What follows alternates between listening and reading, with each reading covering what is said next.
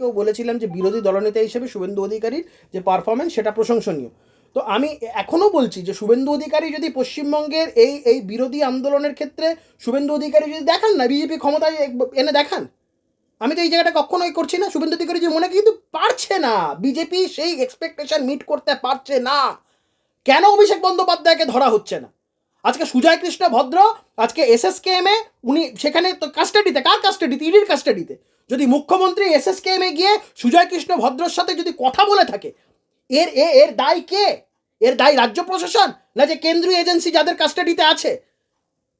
যদিও jail custody বা যাই হোক না কেন, ইডি তো মূল মামলাটার তো তারা তো ইনভেস্টিগেটিং এজেন্সি, তারা কি করছে? আজকে অভিষেক বন্দ্যোপাধ্যায়কে গ্রেপ্তার করা নিয়ে আজকে যেই কথাগুলো তারা বাইরে এত বড় বড় কথা বলছে, তাদের মিটিংয়ে যখন আওয়াজ উঠছে তাদের নেতারা বলছে ওইসব নিয়ে এখন করার দরকার নেই, সংগঠনের দিকে মন দিতে হবে। এভাবে চলতে পারে না। কারণ এই যে বারবার করে বলছে যে সবাই বাংলার মানুষ তাকিয়ে আছে চোরেরা কবে জেলে যাবে, সমস্ত চোর রাস্তায় ঘুরে বেড়াচ্ছে, যত বড় বড় চোর একবার করে দিল্লি থেকে এই গিয়ে নরেন্দ্র মোদীর সাথে দেখা করে আসা। সন্দেহ ডালা পাচ্ছে বিজেপি দলের কর্মীদের মধ্যে, আমি বলছি না, বিজেপি দলের লোকেরা বলছে। তো সেই জায়গা থেকে এক্সপেকটেশন মিট আপ করার জায়গা থেকে সমস্ত বিরোধী দল এই পরিসরটা থেকে তারা অনেকটা দূরে সরে যাচ্ছে। তাই জন্য আমি বলেছি যে বাংলায় বিকল্প রাজনীতি একমাত্র পথ।